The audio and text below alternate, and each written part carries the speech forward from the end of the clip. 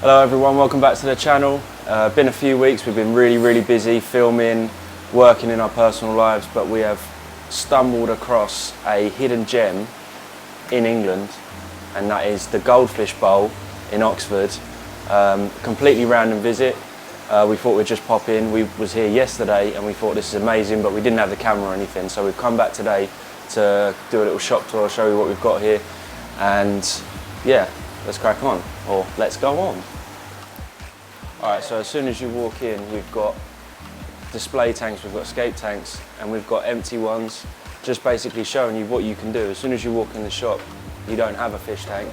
This shows you what you can have in your living room, bedroom, games room, or whatever.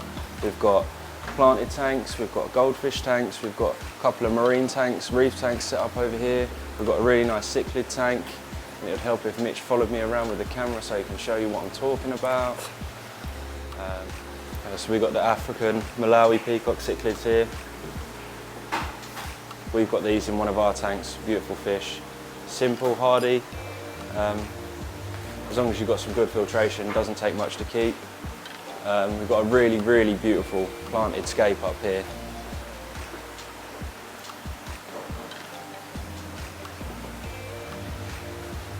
I assume one of the shopkeepers here did this and they've done an absolutely amazing job. Absolutely ton of Anubias. I've never seen that much Anubias in one tank. I think it's the Nano Bonsai. Yeah, I think so.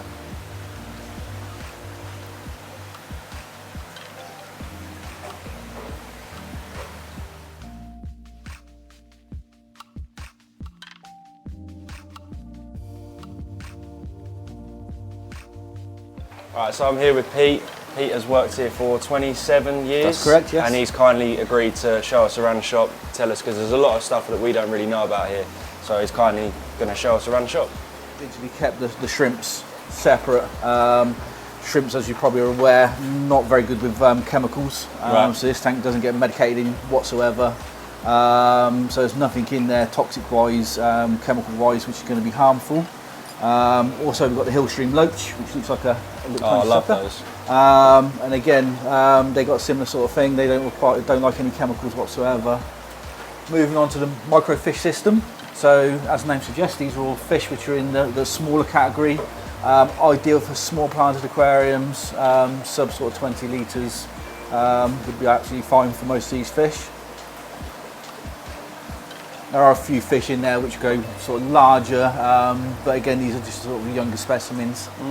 You've got, for example, you've got little microrasporas, Bridgeties. they are tiny. And then everyone's favourites are the little Galaxy Rasporas.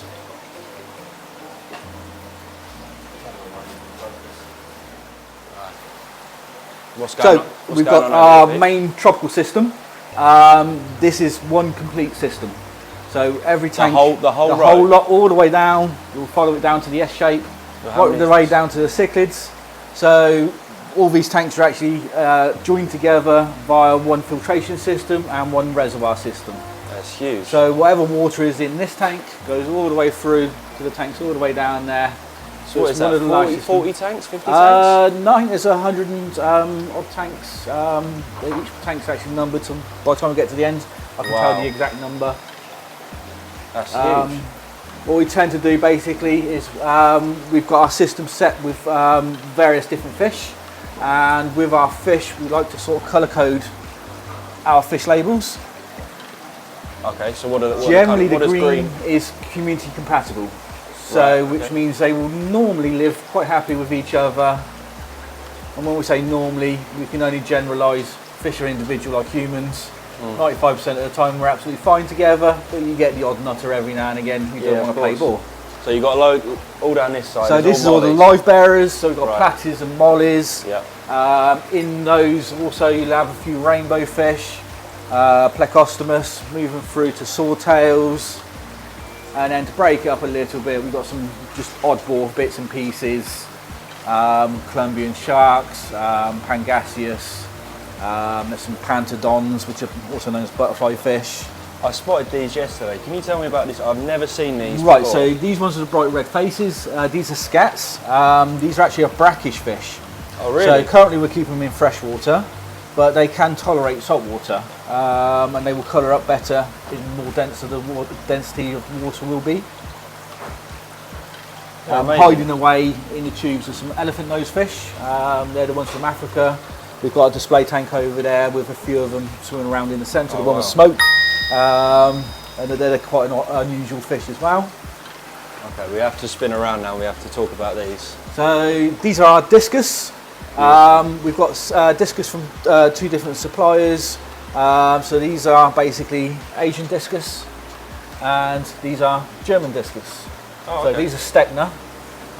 So these ones have actually been bred for the hard water environment. So they're a lot easier for customers to keep. Where the Asian Discus, when they arrive to us, are in actually a low pH. We have to then acclimate them and get them through to a neutral pH. I see. So again, they're a lot easier for customers to look after. But as I said, the Steckner ones actually like harder water, 7.4, 7.6, which comes out your tap at that sort of level normally. And then just next door, we've got something you don't usually see in most fish shops, which really caught our eye. So you've got the red belly piranhas. A good size as well. They've been with us a little while, yeah. How long have they been in this shop? We've had them since they were juveniles. So I would say probably around about 3 years, to be totally honest with you. Oh, so they do grow quite fast. They've grown at a relatively fast speed, yes, to be honest with you. But again, that's in their nature to grow fast. Obviously, they don't want to be prey themselves. So when they're small, sort of platy sort of size, most fish will be able to take them on quite comfortably. But as you can appreciate, once they reach this size, they're actually really pretty. You don't realise when you're watching them, if you're watching Jeremy Wade or something like that, you don't see the shine that they've got on them. They're actually really pretty. What do you feed them? These get fed on frozen lance fish, which are little silver baits. Okay. Nice. We give them a treat every now and some prawns and some cockle, but fish are generally their main diet. They are scavengers by nature. A lot of people think they will sort of attack people. It's normally the other way around. They sort of try and swim away from any sort of danger. Nice. But if there's a sort of carcass or a dying animal, that's when they do their job of cleaning it up. Nice. So we've got some smaller Discus down here? Yeah, again in the Asian strain. So again, they've been kept in neutral water at the moment. The last 2 tanks are also again Steckner Discus. This one's incredible. I love that one. That's one of the more sort of the original variations of a Discus. I do prefer the ones with the stripes on them. Yeah.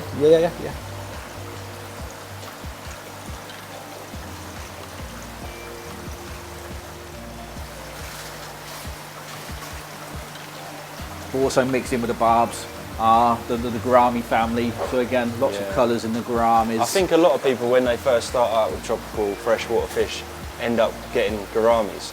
That's how I started. Again, depending on the species of Gouramis, for example, lace Gouramis, also known as pearl Gouramis, they're sort of gentle giants. So a lot of people want sort of a focus fish or a main sort of status fish. And these are sort of a good fish to sort of mix in because they're not too aggressive. Where things like angelfish, when they're large, unfortunately small tetras may become a food source. Yeah. Nice. Okay, so we've got a huge plant tank here. All of these for sale, right? Yes, all the plants for sale. They're categorised from the different continents. So basically, from this point across Africa, from there that way is Asia. Middle tank is also Asia, and the top tank is Asia. A lot of shops don't really do that either. We tend to sort of break it down so people want to do, or purists want to do biotopes, which is ideal. And then they can be picked from that. It's quite easy. Rather than having to do a lot of research, we've already done that for them, and they can come and pick it and design a tank around that. We also use gas injection CO2, and the idea is that we've got the big spray bar, so it's a slow flow filtration system.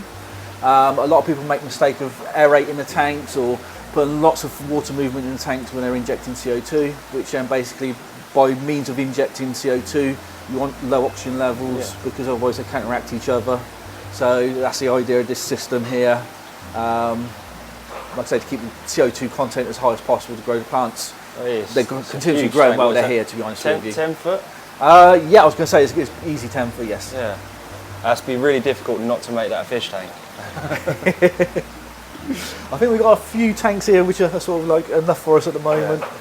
So as you spin around from the plant tank, we've got more fish here. Yep, these are all the tetra family. Tetras. Yep. Yeah. So again, these are more easier to look after tetras. They're my favourites down there. They're my favourite tetras. Colombian The tetras. Colombian moons. Yeah. They are very, very pretty. They've got that bluey sheen to them, which is quite nice with the red tails. Red tail, yeah. Oh, flower horn. Yeah, lowhound flower horn. What can you tell us about him up there?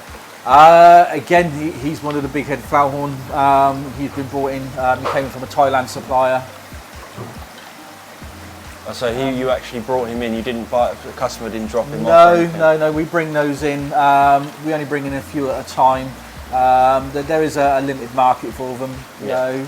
But bear in mind they are a sort of fish which most people will keep solitary, or in very large tanks with very large other fish. You can see we've got him here with a talking catfish. He's quite happy with them, to be honest with you. Talking catfish? I don't think I've seen one of those before. They're called talking catfish. They squeak. Oh, really? So I don't know whether I can, if I'm really careful.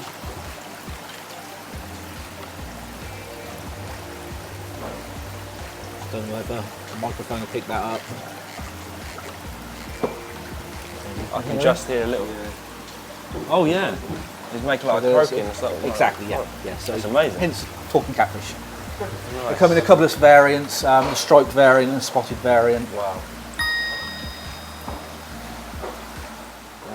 A huge Oscar here. Is that another? Is that from a customer? That is a customer return. Yes. Yeah. Yes. Has he been here long? He was in quarantine for about 6 weeks before he came into the shop, so we've had him again probably about 3 months, to be honest with you. He looks in good health. Yes. Again, a lot of people just don't realise how big certain fish will get. So, where possible, whenever we're selling all our types of fish, we always explain to customers potential size and how big they are going to get to, so they don't get put into too smaller aquariums. The green terrors here, I've got one of those. I've got 2 of those actually in my. Yeah, one of my favourite fish, to be honest with you, the Rivolatus. About double the size. They're very, very pretty when they're older. Yeah. Oh, I can't wait for mine to get big. Cannot wait. And you got the electric blue Jack Dempseys. Yeah, they're very pretty. I've never kept them. Again, very, very easy to look after, but again, quite a pugnacious fish. Similar attitude to the green terrace, to be honest with you. So they would cohabit. To a degree, yes, if the tank's large enough. And they have to be a similar size? Ideally, yes, to be honest with you. Yeah. Nice.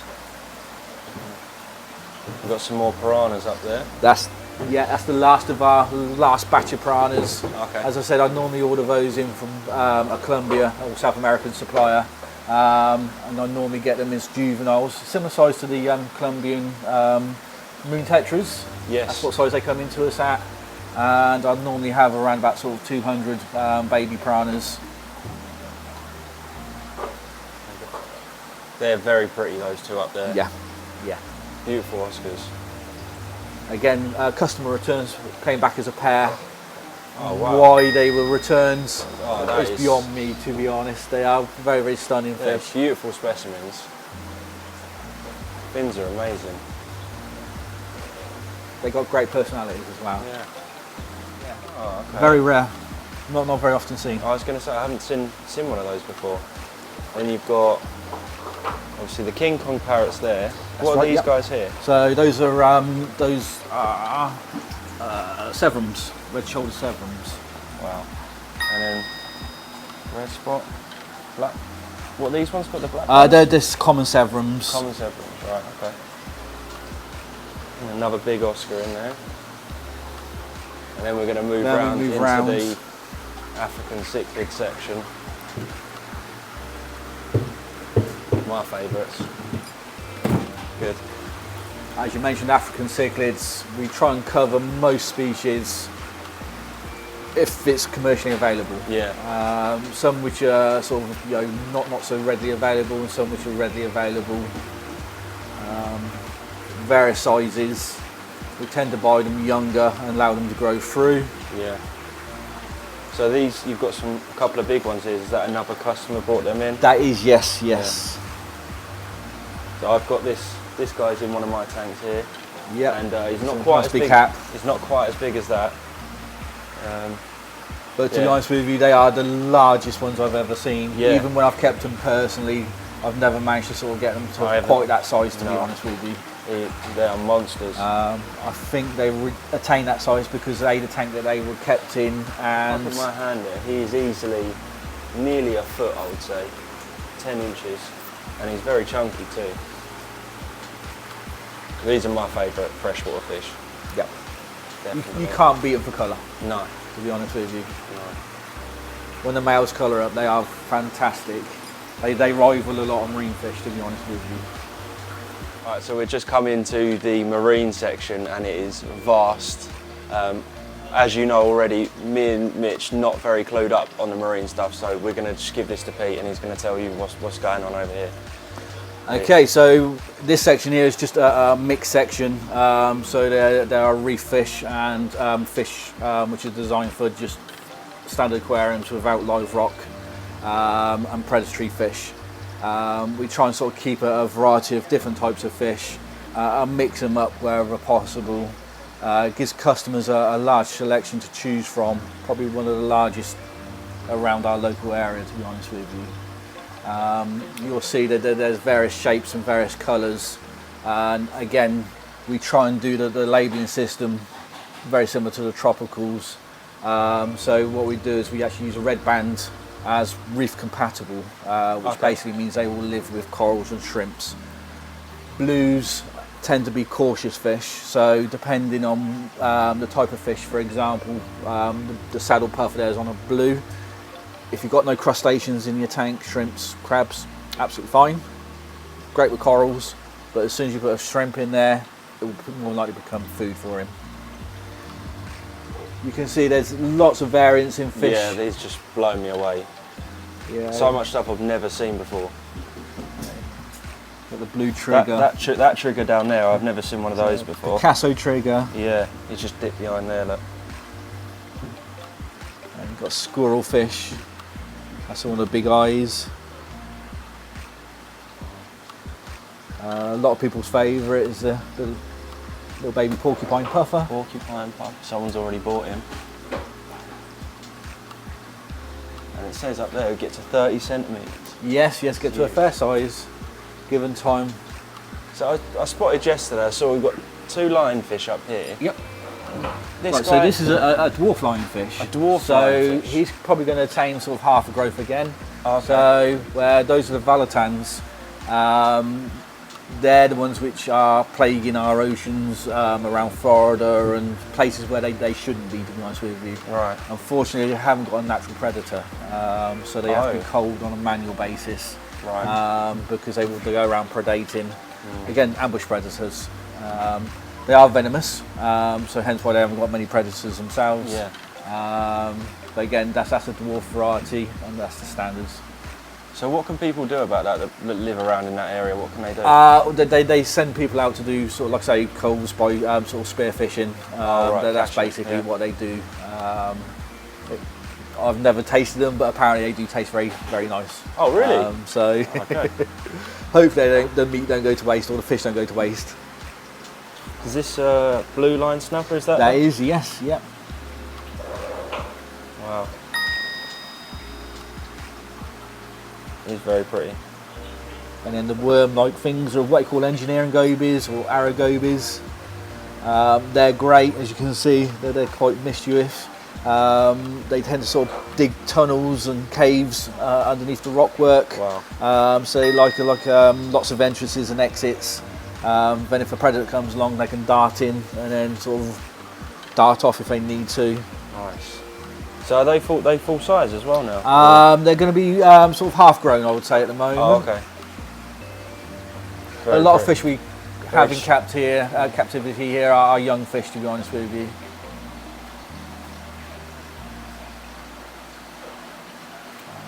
Got the batfish as well.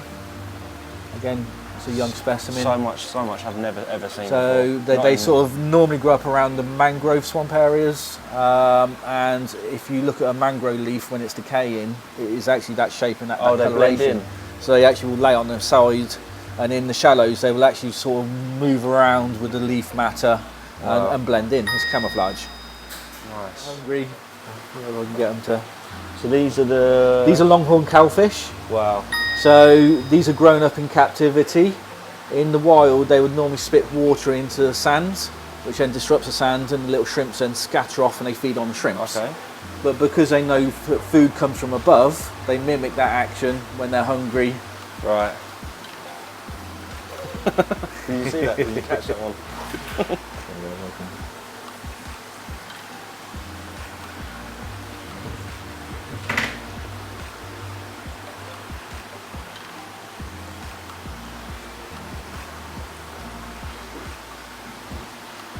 This one, yellow boxfish. Yep, yep. He's very pretty. I like him. They're very nice fish, very pleasing to the eye, very pretty. They look like they've got a lot of character. They have, yes, but they have also got a little bit of a nasty sting in their tail. Oh, so they can actually secrete a toxin through their skin, which is highly toxic. Oh, really? So again, if a predator comes along, they can secrete that, which creates like a wall, like a barrier. So when the fish swims through, it sort of partly sort of anaesthetises the fish. Wow. Well, they get there, go away off the stick. Okay. Is it dangerous to humans? Not dangerous unless you're going to sort of eat one, which isn't advisable, obviously. Yeah. But again, as I said, in an aquarium, if they get stressed or if they get upset, they can also do the same thing. They can shed their mucus. Yeah. Obviously, in the ocean, you've got lots and lots of water volume to dilute that down. In an aquarium, you haven't got that water volume, so you have to be really careful of what you mix with them and how you look after them. Right, we're going to move around here, and I can't ignore this huge remora stuck to this glass over here. So the remora shark. Is that something you brought in? It is, yes. Really? Yes, it is something we brought in. We tend to sort of, like I say, try and have fish on display, which causes a little curiosity and people to ask questions. We are lucky enough to have a lot of school children come through for visits, and it's a great educational tool. It explains a few things to the kids as well, because if you ever watch the documentaries and you'll see sharks and whales, you have those little fish stuck to the side of them. That's him. Yeah. So you can gauge from his size how big some of those fish can actually potentially be. Yeah. So is he fully grown? He's not fully grown, no, unfortunately. Wow. Like I say, we've got one which is far fully grown in our big tank down in the cold water room. We've got two, yeah. Wow. Yeah. And these are the monos, right? These are monos. Again, remember what I said about the scats being a brackish water fish? Oh, yeah, starting life in fresh and then going out into salt water. Well, these are also from that same family genus. So again, when we first received these were, again, probably no bigger than a 50p piece. Wow. And they were in fresh water. They get quite big too as well. Yeah, very nice size. And again, good display fish. Yeah, very pretty. Snails, most of them are from the Nerite family, which are great for plants, which means basically being a Nerite snail, it's very rare that they breed in fresh water. We also have apple snails, which have only just become available to us. They were banned for a long period of time. Were they? Yes, there was on a restriction, so we wouldn't allow them in the UK. Oh, really? Why was that then? Do you know? I'm not 100% sure. I was told something along the lines that they were found in an area which they wasn't native to them. Oh, okay. Some along the lines of south of Spain, in one of the rivers there, which isn't native for them. But now we're out of the EU, some of the restrictions are being lifted. And this was one of the first ones to be lifted, so we're able to bring them back through again. Nice. We're going to move around here. Can't escape the obvious. These are banded cat sharks, also known as bamboo sharks. Yeah, awesome. And these are all babies, aren't they? These are very young babies at the moment, yes. Again, as I mentioned, we like to bring the fish in younger if we can. They tend to adapt to captive environment a lot better. Yeah. So is that... They're the same species, even though they that are, one's yes. bigger but got less stripes? Again, it depends on their sort of surroundings. Fish, or certain fish like these have the ability of sort of creating stripes or darker and lighter stripes depending on their environment. So it's like a camouflage pattern. How big do these guys get? Those are going to attain sort of, I would say, close to a metre. Okay. And so you have customers that will come in and buy these? We've got a couple of customers. We've sold a couple already, but again, making sure that the tank's suitable. Yeah, of course. Obviously, because we don't, again, unwanted fish back unnecessarily. Yeah, of course. You know, these are purely going to be sort of raised in here for our display tank. They're unusual. Africa. Those are Clarky clowns. Ah.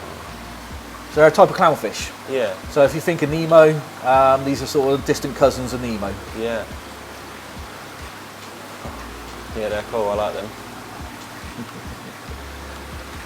It's female showing off. The bigger one, larger one. The bigger one's the female. That's it. Yeah. Wow.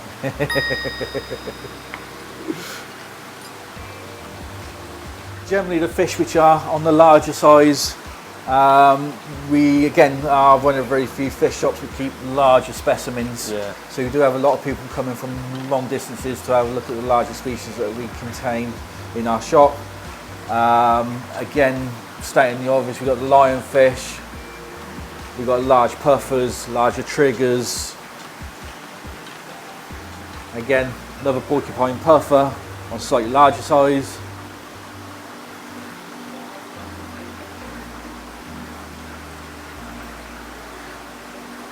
One of my favourite fish is the Minatus grouper. I just think he's absolutely stunning for the colour, bright red with blue dots. He's an ambush predator. And they get quite big, right? They get to a fair size, yeah.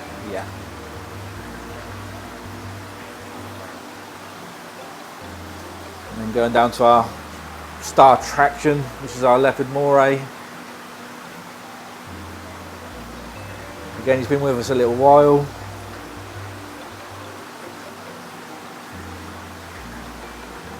Near enough fully grown. He is amazing. You don't see this. This is why we said we've stumbled upon, what am I looking for? A diamond in the rough, I would say, of a fish shop. You don't see these at all in fish shops nowadays. No. Very unique. You know, the Moray eels have got very poor eyesight, hence why they tend to sort of gasp. Right. And what they're doing is they're actually tasting the water. And obviously, like a lot of fish, they've got the lateral line so they can pick up vibrations. And using those sort of senses, they can tell when fish are coming close. And again, they tend to grab fish. And they've got lockable jaws, so their jaws will lock. And their teeth are pointing backwards. So once it grabs you, it's not letting go? Yeah.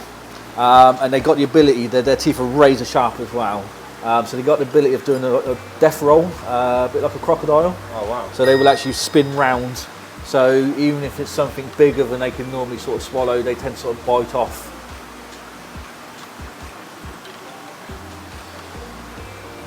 So reef fish, so you'll notice a lot of these have got the red label. And that's the ones which are more compatible with the corals and the shrimps. But again, you'll see that there's lots of different colours, lots of different shapes. Again, unusual shapes, you know. We've got the tassel filefish,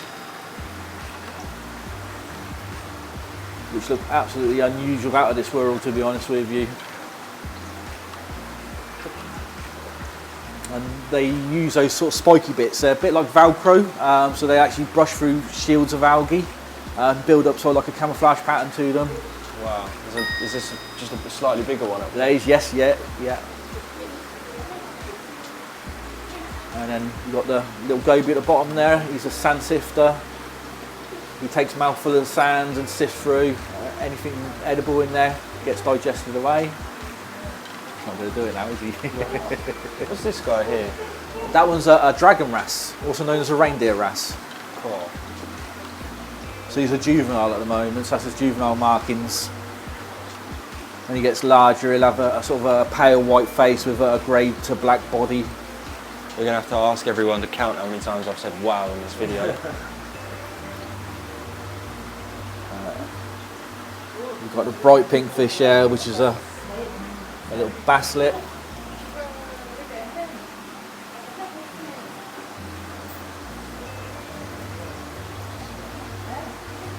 Black and white clowns. They're wicked, I love those. So again, not very often seen in captivity, to be honest with you. A lot No. of people basically want the traditional Nemo fish. Yeah. You know, but that is a variant from the same family genus. In the wild, they wouldn't be found as much because they're normally rejected from the harem. Oh, really? To be honest with you, yeah. We've got some Betta fish here. Yep, male bettas. Something we might know a little bit more about, don't we? We try to anyway. Again, lots and lots of different colours, lots of variants. Most of them are from Thailand, where they're bred now for their colours and for their finnage, rather than for fighting purposes. And some female ones here. What we do is we have dividers, so I don't know whether they will do it for us.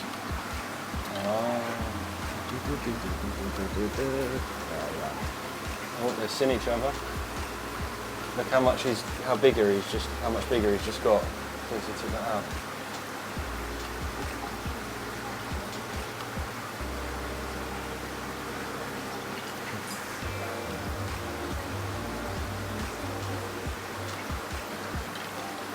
I know a lot of people say that it's cruel and you shouldn't do that, but you actually should, from what I've read, because it's important for their muscles. Yes, I was going to say they need regular sort of exercise, and their way of exercising is to stance and spar. Yeah. It is a natural occurrence for them. As long as you're not putting them physically into together, the same yeah. water. So we do basically, like I say, we've removed the divider, but now for them to do that. But again, they're not always sort of sparring with each other, because of, you imagine if you're working out 24/7. Yeah. It's going to be really relentless, and you'll end up basically collapsing with exhaustion. That's brilliant. So what we tend to do, like I say, is just put dividers in, and then when people are looking, we can remove the dividers, let them see the fish at their full sort of show off stage, how they show off how their colours are.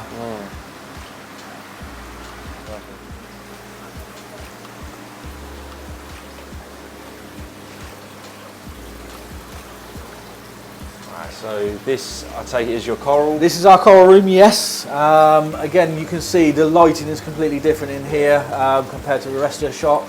The lights are dedicated for growing corals. What lights are these? These ones are the AI lights. So these are basically the 64s, fully controllable with an app. I can change all aspects of them, to be totally honest with you. You'd be sat on the sofa and you could sort of open up the app and you can have lightning. How long are the lights on all day from when the shop's right, so open? basically we have a 12-hour spectrum of lighting in here, so it ramps up in the morning through the day to a high point and then ramps back down again. Okay. So at different points of the day, if you come in here, there'd be different intensities.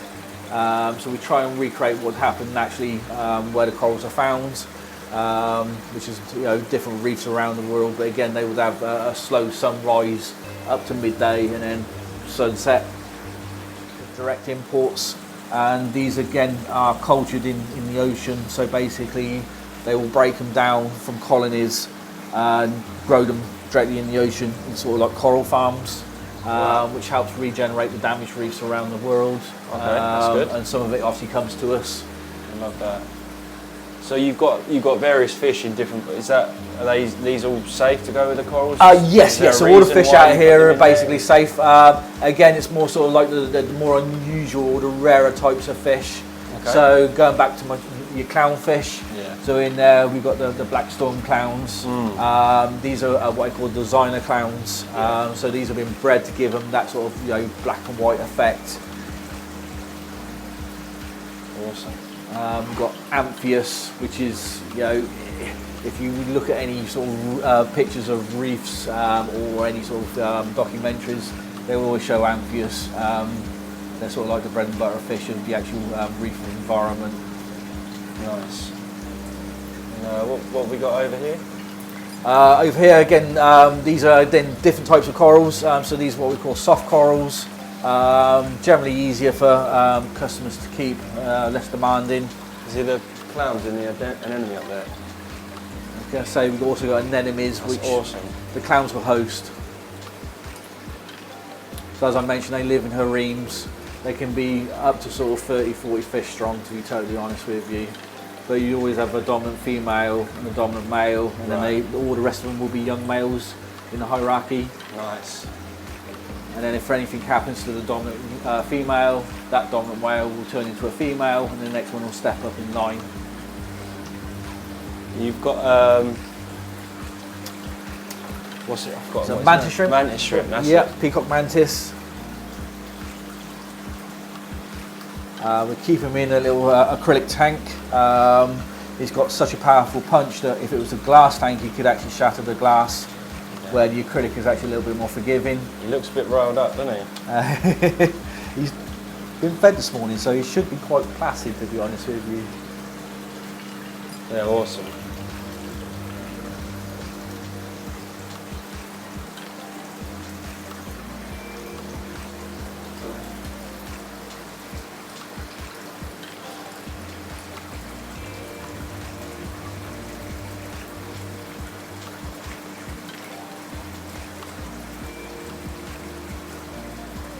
Okay, so last part of our display for the marines. We've got our large display tank with an absolutely gem of a fish, which is our puffer. How old is he? I would like to say around about sort of 8 years of age. Oh wow, 8 years. He's grown extremely fast. He's always been kept in large aquariums. Got a lovely set of teeth on him. Yeah, the teeth are designed obviously for breaking up crustaceans, cockles, mussels, anything which can be sort of available to him. We've got a load of monos in here with him. Yes, yes, again, and we've got the remora cruising around. So is he, because we was having this argument yesterday, is he upside down right now, or is he? No, he's correct way up. The suction pad on top is basically an adapted dorsal fin. Right, okay. So he uses that obviously to adhere to larger fish. It's quite cheeky, he grabs a free ride. Yeah. And also when the larger fish feed, he clears up all the scraps. Yeah. And not only that, if he's cruising around on the side of a great white, nothing's going to predate on him. No. Does he have teeth? He's got pharyngeal teeth, some teeth set back in the jaw. Oh, okay. So nothing which will actually bite you, right. unless you put your fingers way down in its mouth. Can't get over the size of him, it almost doesn't look real, how big he is. It's huge. And then over here, very interesting little pond. I say little pond, it's not a little pond. These are a mixture of terrapins. Again, a lot of these are what we've rehomed from various ways. These aren't for sale, unfortunately, it's purely just for sort of show. We're waiting on a shipment for our sellable ones. There's a change in legislation on those, and hence why we'll run out of stock of them. We're waiting on certain certificates to come through. Yeah, some of them are very old.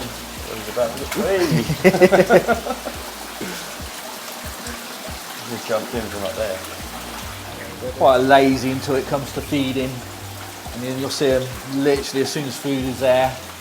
What is that, your feed? Oh. This is just a standard pond pellet. This is part of the feeds that we give them. They get a complete mixture of foods. Did you get that one jumping in? Another one about to sort of leap for death. There we go.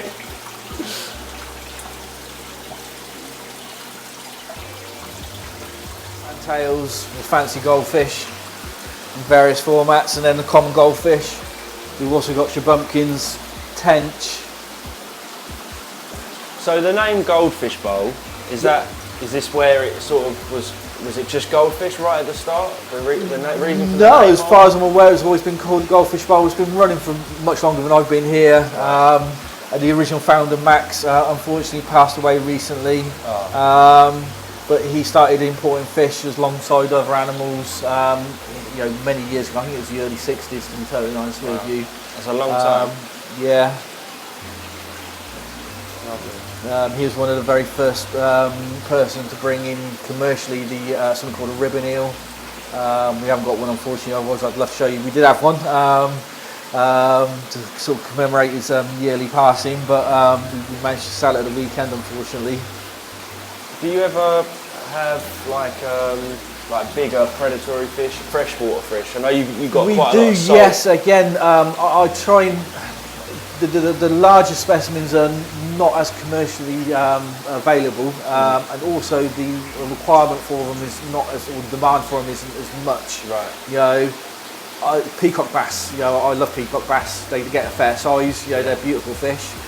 But not many people got tanks nowadays to sort of run them, to be totally honest with you. True, arowana, you know, arowana and stingrays. Again, I can get them. You know, if people or customers are interested, they can normally leave details. I can normally find out what the availability is and the pricing. I want to get back to the customers. Obviously, making sure the tank's suitable and the filtration's suitable, and then we go from there basically. Okay. Keep that in mind. All right, so Pete's just said to us we've been very lucky to be invited to go and look at their quarantine section, which obviously is not open to customers, so come this way. So this is part of the shop that a lot of people, like you mentioned, don't see. Yeah. All these tanks out here are actually individual tanks, so they're basically not linked like our system, they're isolated individual tanks. Wow. So that allows me basically to unpack all my fish out here, individual tanks, so if one lot of fish are ill, I can medicate them without affecting any other fish in line. It's a little bit empty at the moment because I'm waiting a shipment today. I've got a couple of boxes coming in today to unpack. These are fish that we had delivered to us a couple of weeks ago. These are Czech Republic angels on the slightly higher end. They're amazing. I love those. They're beautiful. Personally, I prefer the green pinoys, but again, everyone has variants. They get the greeny blue sort of hue as they get larger, sort of a smoky sort of effect in the finnage. Is that a green terror down there? It is, yes. Again, that's a customer return. He's sulking at the moment. He's only been with us a couple of days. I'm hoping within sort of like a week to 10 days, he normally pulls rounds once he gets used to the food and feeding. Sri Lankan guppies, again being held out here at the moment. Everyone loves guppies. Not everyone's cup of tea, but again, they serve a purpose. I love them. And it's one of the first fish I ever kept and bred. Yeah. Yeah, most people do usually start off in the early stages of having some guppies. So not much else down here, to be honest with you. These are fish which are not fit for the shop at the moment, so again being conditioned.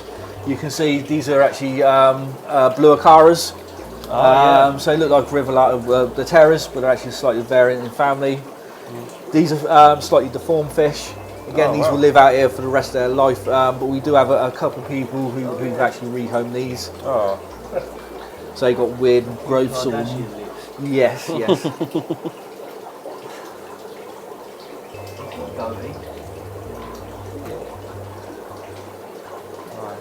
That's it. Other than that, again, a tank of fish we're looking after for a customer. They're beautiful. That's a lovely. Imagine that in a nice scape. Electric blue acara and Colombian tetras. That's how big they get to eventually. Again, these are fish which we've rehomed, and then the process of just sort of being conditioned before they go out in the shop. He's probably not going to go because he's got a sort of deformed eye. Will come through. Alligator pleck. Wow. Can't believe how They're very pretty. The fins on them blue acaras. Reserved for Tara. Yeah, as somebody who I can works see here, why. so. I can see why. So we're just going into the filtration room as well now. If you can't hear us, bad luck. Wow. Oh So, God. this is quite a complex system. At the very, very back, you'll see the great big grey towers. They contain huge amounts of biomedia. So, like in normal filtration, you have biomedia inside him. That's all it contains within in those. In front of that are the pre-filtered sand towers. So you can see there's media inside those to trap any detritus and rubbish. Then we've got our pumps. Wow. So the way the system works is basically we've got individual pumps which pick up water from our reservoirs, And what that will do, one set of pumps will run it through the biomedia, returning it to the reservoir. Another set of pumps will pick up the water from the reservoir, pass it through our micron filtration. So these are actually towers which have got cartridges inside, and then through ultraviolet sterilisation. We also run aeration towers which have ozone. So I don't know if you know what ozone does, but it basically is like a gas version of bleach. It basically annuls all the nasties and clarifies the water. So that's injected into our towers for the different systems. So therefore, basically anything nasty in the water is eradicated. Wow. So we're able to, like I say, recirculate the water continuously in our systems. And we turn around 36,000 gallons of water every hour. It's huge. So that's using our pumps there. But I suppose it looks huge and complicated, but to run a shop like this, is this the most efficient way to do it? It is, yes. Individual filtration exactly. for all the tanks? Yes. So it allows us to do what we do, and able to sort of overcrowd the aquariums as well. Yeah. So when it comes to the Malawis, that's a benefit because you don't want territories being formed by the Malawis. Awesome. We've also got a generator system. Again, if you ever have a power cut, it's pretty much knackered. So this place goes on forever. So this is our generator, which is a big unit, as you can see. So we've got our diesel being contained within inside there. There's enough to run basically 7 days continuous. Not that we ever have a power cut that much. It's designed so that basically in a tenth of a second, and this was proved the other day for us as well. Really? That if the power goes down, this will kick in. Wow. Straight away, a tenth of a second, just like that. Everything is covered for the fish's welfare. Yeah. That is primarily our interest, to be honest with you. Right. Thank you so much. I Not won't a take problem, up any not a more of problem. your That's time. fine. It's been Not an really, really insightful. Thank you very much for showing us around. Right. Hope you enjoyed it.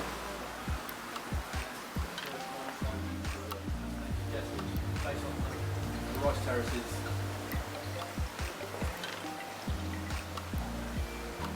Everything. Yeah. But prior to that, when I had my big tanks, I used to use tap water conditioner. Oh, right, okay. Because it's really concentrated, so a little tiny amount done pretty much my whole tank. Yeah. So I've got one of these big bottles of stress coat. I do that most after pretty much every water change.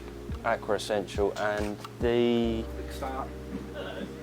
quick start when we're setting up tanks. We always have. Right by the front door here, we've got this corner tank here with some very unusual fish in it. Very lovely scape.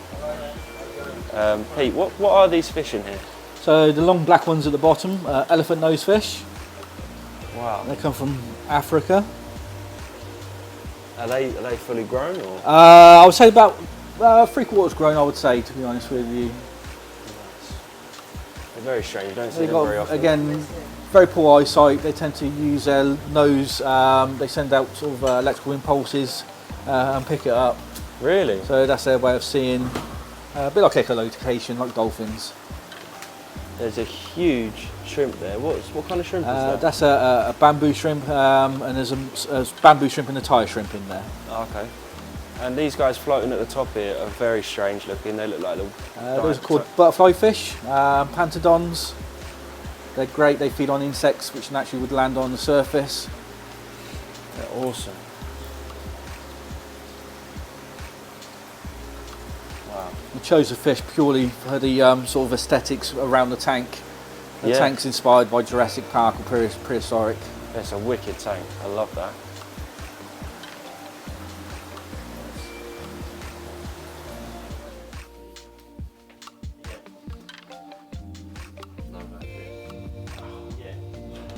So let me do just one tank. Total? They should put a Big Ben in it. Big Ben? Yeah, we do a London tank. You do that one on your own, mate.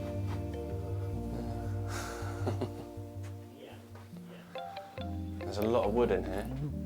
So this azalea root I haven't seen in a shop before, and it's sort of a grey colour. Does it stay grey, or is that? No, it will go browny colour. Right, okay. Basically, when we get it, we buy it in a large bulk volume. So where we store it, which is out our back area, it's a little bit weathered. Okay. So eventually it will go back to its natural coloration. Wow. There's lots of different sizes, lots of different bits.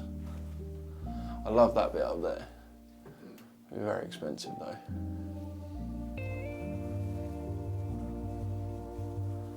So these are all your little bits here for your little nano tanks and whatnot. Again, not just for nano tanks, you can get several pieces. Yeah, glue them together. And manufacture them together to give you the shapes and styles that you're after. Nice. Rocks. Rocks, we've got countless number of types and variants. We've got a tray system here, so if people are doing escape, we can work out what size of their tank, move that, level it out, and then they can spend as long as they want out here doing the hardscape side of things. Nice, that's always helpful. There's nothing more difficult than going backwards and forwards and trying to escape a tank at home and realise you're missing a couple of vital pieces. We've got maple leaf rock. These are just names from the manufacturers. Yeah, oh really? So it just looks like serious stone. No?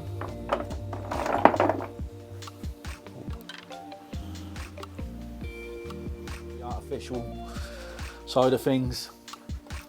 As you mentioned, there's lots of ornaments, lots of themes. That's what is that what you've got, mountain rock? Or it's like elephant stone skin or something, elephant skin. All right guys, that was a lot of information we just took in there. You're probably thinking the same as me.